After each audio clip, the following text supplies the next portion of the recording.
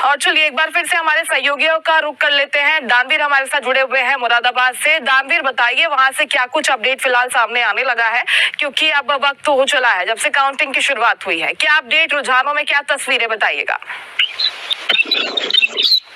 सरकार से बात की जाए तो उत्तर प्रदेश की 9 सीट पर उपचुनाव होना, उसको देखते हुए तमाम जो पार्टियां हैं उन्होंने से लेकर चौथी तक के जोर लगाए थे और मैदान में थी।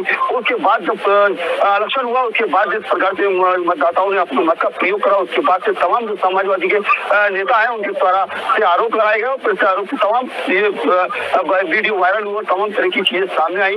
लेकिन अब आज जो है वो मतगणना का दिन है, जिस प्रकार की आज जो रिजल्ट सामने आना है कि कौन प्रत्याशी कितने वोटों पर आगे और कितने वोटों पर पीछे। और ये देखिए मैं आपको बता दूं 32 राउंड है मुरादाबाद की कुल्लर की विधानसभा को लेकर, और जिस प्रकार से जो सुबह की बात है 8 बजे से तो यहाँ मतगणना शुरू हो गई है। फिलहाल प्रशासनिक व्यवस्था की बात की जाए तो तमाम पुलिस बल तैनात है, बीएसएफ के जवान भी तैनात है, तमाम व्यवस्थाएं देखी गई है।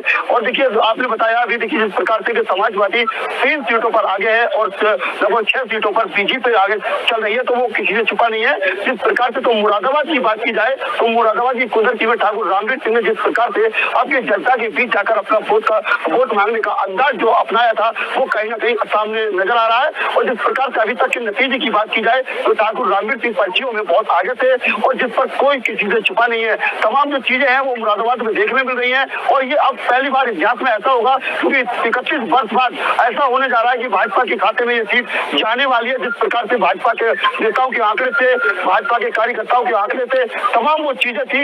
लेकिन अब देखना ये होगा कि आखिरकार क्या किस प्रकार से कितने समय में जो रिजल्ट सामने आएगा। वैसे तो देखिए ऑफिसर बाइट की बात करो और जिस प्रकार से आंकड़े जो लगाए जा रहे हैं वो 2 बजे तक के आंकड़े लगाए जा रहे हैं कि 2 बजे तक रिजल्ट सामने होगा और कौन किसके सर पर ये सेहरा बंधेगा, ये अभी महत्वपूर्ण जानकारी होने वाली है। क्योंकि देखिए अभी तक की बात की जाए तो भाजपा यहाँ मजबूती के साथ आगे है और मजबूती के साथ जिस प्रकार से आंकड़े जो लगाए गए उन पर कहीं नहीं खड़े उतरते हुए नजर आ रहे हैं। और देखिए बात की जाए समाजवादी के विधायक हाजी रिजवान की तरफ से एक बड़ा बयान दिया गया था कि हम बूथ केंद्र पर नहीं जाए, वहाँ मतगणना होगी वहाँ नहीं जाएंगे, लेकिन उनके बेटे यहाँ उपस्थित हैं, उनकी मौजूदगी में यहाँ मतगणना चल रही है। फिलहाल देखिए आपको बताएं 9:15 का समय हो चुका है, लगभग मैं मानता हूँ 45 मिनट का समय ईवीएम खुलने का भी हो चुका है। अभी तक देखिए अधिकारी का ऑफिसर कोई बयान सामने नहीं आया है। फिलहाल कुछ ही समय में अभी 9 बजे तक के परिणाम सामने होंगे और आपको अपडेट दी जाएगी। जी बिल्कुल, जैसे आप अपडेट भी दे रहे हैं रुझानों के बारे में, तो यहाँ पर सीट बचाने की भी चुनौती रहेगी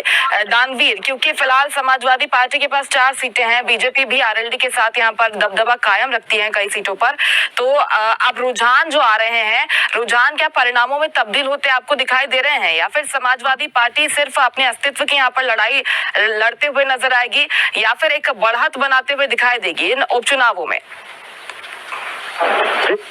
प्रत्याशियों से जो फाइट में प्रत्याशी थे उनसे दोनों से लगातार हम दोनों ने बात की, तमाम जो पार्टियों के पदाधिकारी उनसे भी बात की और जो जनता के बीच जाकर हमने लोगों से जो जनता की राय जानी, तो उनके द्वारा तमाम जिस प्रकार से जो आपके ठाकुर रामवीर सिंह को समर्थन मिला है वो किसी से छुपा नहीं है। ठाकुर रामवीर सिंह से हमने बात की तो उनके द्वारा कहा गया कि हम मुद्दों को लेकर जनता के बीच गए हैं और ये इतिहास में 31 वर्ष बाद रिकॉर्ड कुंदरकी का टूटने जा रहा है। वही सपा की बात की जाए, सपा के प्रत्याशी ने तमाम आरोप लगाए थे कि जो वोटिंग हुई थी उस दिन तमाम धांधली की गई है और उन्होंने बहिष्कार भी किया था। उनके द्वारा लिखित एक लेटर पैड पर एक राष्ट्रपति जारी किया गया था जिसमें चुनाव आयोग से चुनाव रद्द करने की मांग भी की गई थी। तमाम ऐसी चीजें हैं, लेकिन जनता ने क्या अपना मत का प्रयोग किया है और जनता के मन में क्या चल रहा था ये तो जनता खुद तय करेगी। और देखिए आपकी रिजल्ट की बात करें तो रिजल्ट आपके सामने, सबके सामने होगा, जनता के सामने होगा। इस प्रकार से कुंदरकी की जनता ने किसके पक्ष में कितने वोट डाले हैं और कितनी बड़ी मात्रा में आपके बीजेपी को समर्थन मिला है। क्योंकि देखिए बात की जाए मुस्लिम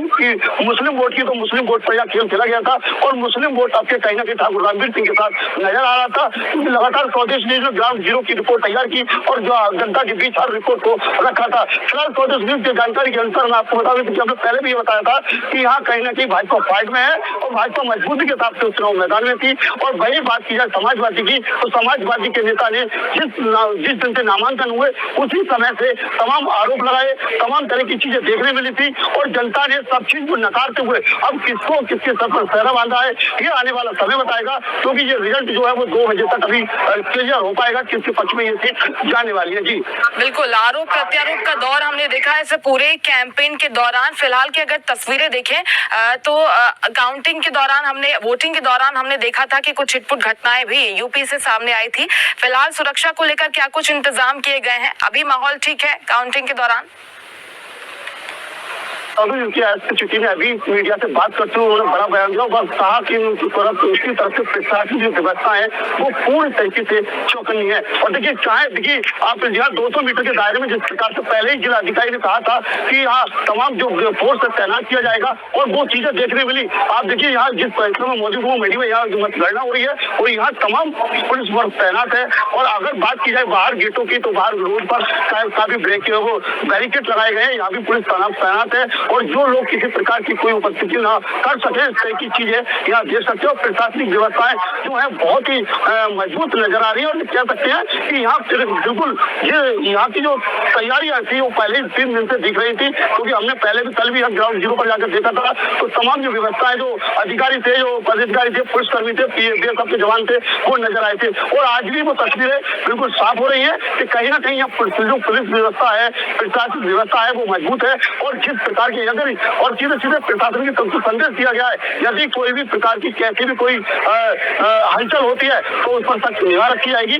और अगर कोई प्रकार की कोई भी अगर उपद्रव करता है तो उसके खिलाफ कार्रवाई भी की जाएगी। जी बिल्कुल, ये तमाम तैयारियां की गई हैं ताकि कोई दिक्कत ना हो, कोई अप्रिय स्थिति ना हो और पल पल के अपडेट, सटीक नतीजे, रुझान हम आपको दिखाते रहेंगे। आप कहीं मत जाइएगा, बने रहिएगा स्वदेश न्यूज के साथ, क्योंकि सबसे पहले देश।